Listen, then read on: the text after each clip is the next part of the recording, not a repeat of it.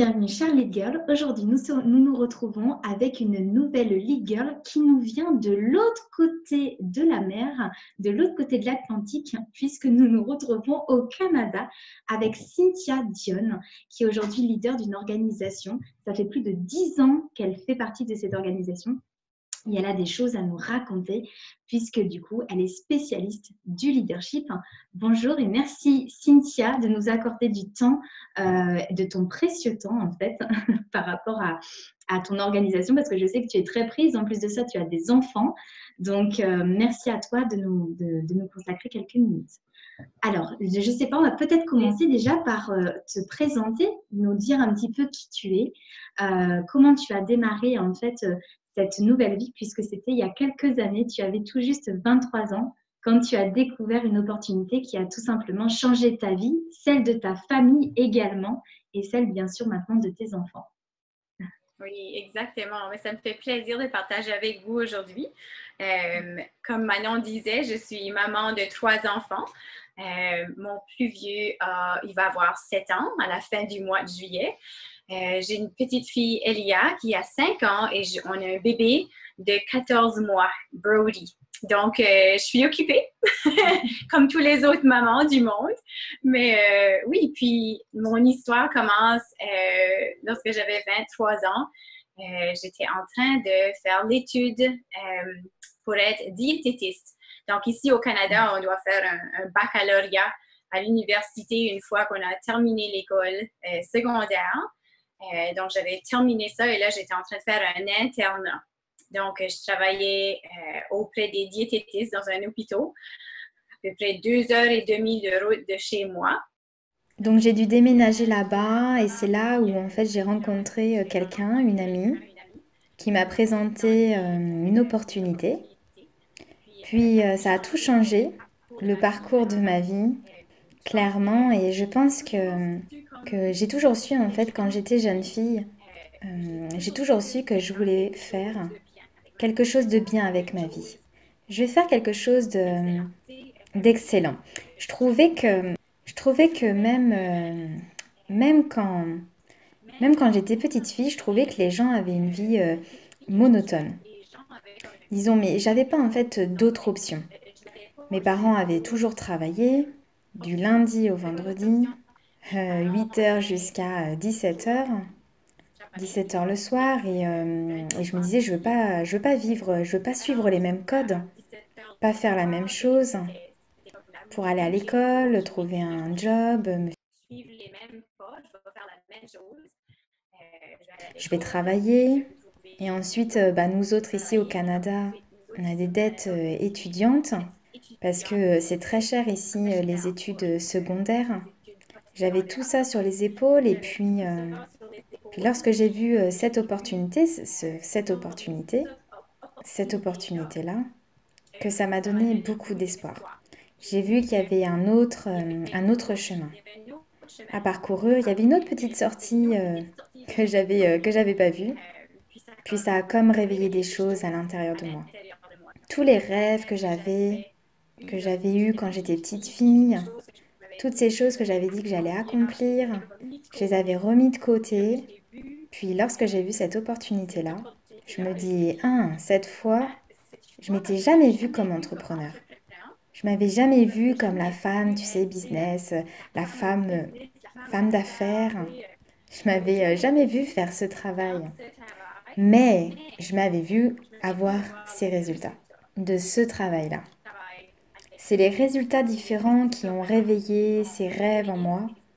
Mon rêve d'avoir la liberté, juste d'avoir la liberté à faire des choses qui sont importantes pour moi durant la journée et même la première chose le matin pour pouvoir me réveiller, puis donner mon temps aux choses et aux personnes qui sont importantes pour moi. Et puis pouvoir avoir le temps de voyager si on veut, n'importe quand ça nous plaît, et pas quand ça plaît à notre patron. Puis avoir la liberté financière, de pouvoir ne pas être limité financièrement, de pouvoir avoir les choses qu'on voulait vraiment. Par exemple, j'ai besoin de beaucoup de choses, mais c'est juste pouvoir avoir l'option. de pouvoir donner l'option à nos enfants aussi. Donc c'est tout ça qui a réveillé en moi. Donc j'ai vu la vision de ce que ma vie pouvait être. J'ai vu que les résultats pouvaient être différents si je changeais de vie, si je changeais mon parcours, si je changeais le travail que j'allais faire et si je pouvais servir ma communauté, servir les gens autour de moi différemment. Mais on fait tous d'une façon différente. Alors, super. Donc, du coup, Cynthia, la question que je voulais te demander, c'est que comme donc tout part de toi, en fait, finalement, tout part de ton intuition féminine. Quand tu as eu 23 ans, tu as eu cette opportunité d'aller découvrir du coup un concept. Tu t'es dit, OK, j'y vais, je vais voir ce que c'est, même si tu ne savais pas ce que c'était. Et en fait, le temps de cette soirée, tu as eu la vision de te dire, OK, en fait, c'est quelque chose pour moi qui va pouvoir changer ma vie. Et ce qui est très intéressant dans cette histoire, c'est que ça part d'une intuition féminine. Toi, tu l'as perçue immédiatement.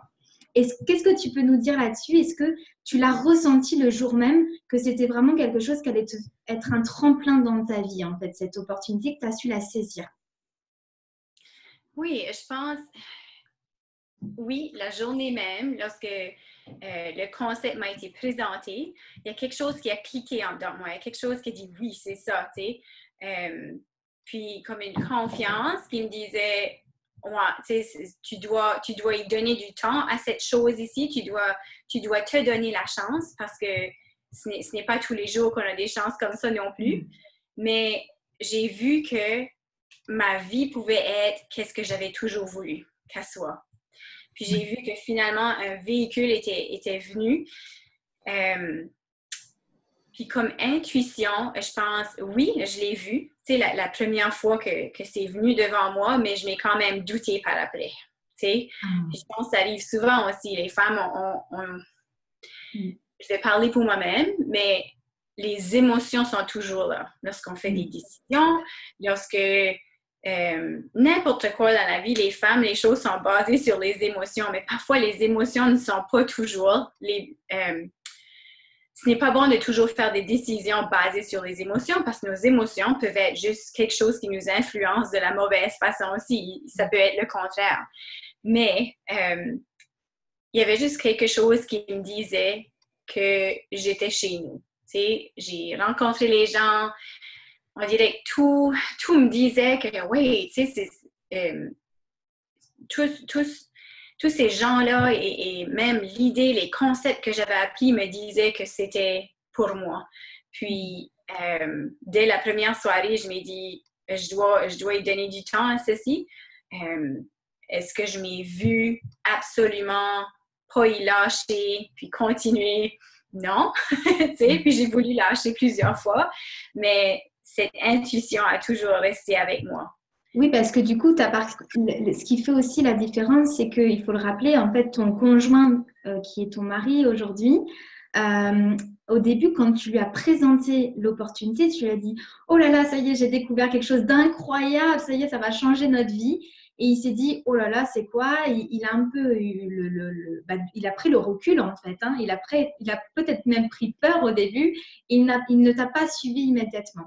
Et ça, en fait, comment tu as fait pour relever ça, peut-être? Est-ce que ça a duré déjà un certain temps, le temps que lui, il adhère aussi à ce que tu as fait? Oui, il n'était pas du tout pour l'idée. Puis même, il appelait nos amis, les amis que j'avais comme prospects que je voulais demander leur partenariat. Il les appelait avant que je puisse les rejoindre pour leur dire de me dire non, qu'il avait déjà regardé à ce concept et ce n'était pas un bon concept et qu'il devait refuser. Donc là, voilà, plusieurs fois, j'ai voulu lâcher parce que je me disais, c'est difficile déjà là. Mais là, voilà que mon partenaire, va essayer de me mettre les bâtons dans les roues. Mais je pense avec le temps, j'aimerais qu'il pourrait parler pour lui-même, mais il y a eu beaucoup d'influence, mais je pense qu'il a pu voir avec le temps, je lui ai dit, regarde, je veux juste ton support. Tu n'as pas besoin de rien faire, mais je veux tout simplement ton support. Si on va vivre notre vie ensemble, je pense que je devrais au moins avoir ton bord. Puis il a fait ça, puis le plus qu'il venait autour des mêmes gens que moi, le plus qu'il voyait le concept, le plus qu'il voyait des changements avec moi comme personne. J'étais en train de me développer professionnellement, me développer personnellement. J'avais des changes dans ma vie. Ça ne peut faire autre qu'influencer l'autre. Puis surtout ton partenaire, parce qu'il est là avec toi à chaque jour. Tu sais, donc, il a pu voir ces choses-là. Il a pu voir que j'avais l'espoir dans mes yeux à nouveau. Puis le goût de vivre une vie, tu sais, qui a finalement pu voir dans mes yeux aussi peut-être. Puis au jour d'aujourd'hui, tu sais, c'est lui qui est l'initiateur, disons, ou qui, tu sais, il est à 100% avec moi. Puis on est content que je n'ai pas dit non. On va dire ça comme ça. C'est sûr. C'est sûr, avec la vie que vous avez aujourd'hui. Moi, j'ai beaucoup aimé une histoire que tu avais racontée dans une des interviews que tu avais fait quand tu as démarré, en fait, quand tu avais été dans un Intermarché et que la seule question que tu te posais, c'était quelle carte bancaire j'allais utiliser qui fonctionnait pour pouvoir payer les courses. Et en fait, l'idée, c'est qu'au début, tu parlais en fait qu'il te manquait, c'était surtout au niveau financier, que tu avais vu une opportunité pour pouvoir subvenir à vos besoins et d'aller chercher une certaine liberté financière, une certaine liberté de vie que j'imagine que tu as aspiré depuis très longtemps. Et aujourd'hui, ta vie a complètement changé, mais tout partait de là, en fait, d'un réel besoin. Et après, tu as découvert d'autres choses sur le chemin. Ça s'est passé comme ça? Oui, exactement. Lorsque j'ai vu, au début, je ressentais la pression des finances parce que, comme je disais, on avait des dettes étudiantes. Nous autres, c'est des mille et des mille dollars. Puis, déjà là, lorsqu'on va faire notre épicerie, il faut vraiment sélectionner les choses qui sont les moins chères. Puis, ayant étudié dans la catégorie nutrition, c'était très difficile pour moi parce que je voulais acheter les fruits organiques, tu sais, les choses que je savais qui étaient bons pour moi puis pour mon corps, mais je ne pouvais pas. Bon, je devais acheter les choses qui étaient moins chères. Puis, nous, ici au Canada, les choses qui sont moins chères, ce sont, tu sais, les choses qui sont pas bonnes pour le corps. Donc, oui, donc ça a commencé là, mais avec le temps, j'ai appris des concepts d'entrepreneur. J'ai pu commencer à penser à long terme et toutes ces choses-là ont commencé à affecter non seulement nos finances, mais toute ma vie. Oui. Toute ma vie au complet. Puis, oui, aujourd'hui, si vous diriez, tu sais, qu'est-ce qui est la chose que tu apprécies le plus avec ton cheminement, puis je pourrais vous dire, tu sais, prenez la maison, prenez les autos, prenez tous les voyages qu'on a fait, puis c'est numéro 1, c'est ma relation avec mon partenaire, parce que je vous dirais que si ça ne serait pas de notre développement personnel et des livres que j'ai lus, les choses, on ne serait vraiment pas ensemble aujourd'hui, puis on n'aurait pas nos 3 enfants. Donc, ça a tout changé ma vie au complet. Juste la raison initiale était l'argent, était monétaire, mais c'est devenu quelque chose de totalement plus que ça. T'sais. Bien sûr, il y avait un cadeau qui était caché derrière, bien évidemment. Quand on choisit de se développer personnellement, du coup, on s'ouvre à tout un tas d'émotions et puis surtout de relations différentes et de découvertes aussi. J'imagine que sur le chemin, vous avez dû rencontrer un tas de personnes qui ont dû vous apporter aussi beaucoup de choses. Donc, la richesse ne se trouve pas finalement que dans le monétaire. On est dans une richesse aussi globale, humaine également, puis familiale. Et donc, pour terminer, Cynthia, j'avais une dernière question 100% féminine, puisqu'on est en train de parler aux femmes. Quelle est pour toi, en fait, pendant toutes ces années du coup d'expérience, de parcours, quelle est pour toi peut-être la force, ou en tout cas l'atout féminin qui a fait la différence? Alors, on a parlé d'intuition au début, puisque c'est parti de là, et j'imagine que ça fait partie aussi des qualités féminines, d'avoir cette intuition développée. Mais est-ce qu'il y en a d'autres sur le chemin, peut-être des atouts féminins qui ont fait aussi cette différence, et puis surtout la posture de leader aujourd'hui que tu adoptes ainsi qu'avec ton mari par rapport à votre organisation? Oui. Premièrement, je pense les femmes, on a un don de vraiment tempérer notre environnement. À la maison, je dis souvent, si la maman ou si la femme n'a pas une bonne attitude, une bonne journée, le reste de la maison va suivre son attitude. Et là, par la fin de la journée, je blâme tous mes enfants et mon mari, mais là, je réalise que c'est moi qui m'ai réveillée du mauvais pas. Donc oui, on a ce don-là. Si on a une bonne attitude, par exemple, et si on voit la vie comme une bonne chose à vivre, c'est vraiment drôle de voir comment les gens, surtout nos enfants et notre famille, vont juste nous suivre. Ils vont suivre nos pas. Donc, on a ce don de tempérer les choses. Puis l'autre chose aussi que je trouve, c'est les femmes, on a un don de avoir des très bonnes connexions avec d'autres femmes. On travaille beaucoup avec des gens, avec notre business, c'est une business de relations, puis vraiment, c'est la vie. En général, c'est des relations, mais je vois souvent lorsque on a des communautés ou des équipes de gens où les femmes sont proches, où les femmes ont des bons liens, des bonnes relations, ces équipes ont du succès. C'est incroyable parce que les femmes ont ce don de pouvoir se lier. Les hommes aussi, mais d'une différente façon. C'est dur de l'expliquer. Une solidarité un petit peu. Comme une solidarité féminine qui s'instaure naturellement, en fait. Oui, exactement. On a le don de... Et là, je pense au mot anglais, là, c'est nurture. Je pense que c'est prendre soin d'un bébé. On a ça inné dans nous. Maternelle.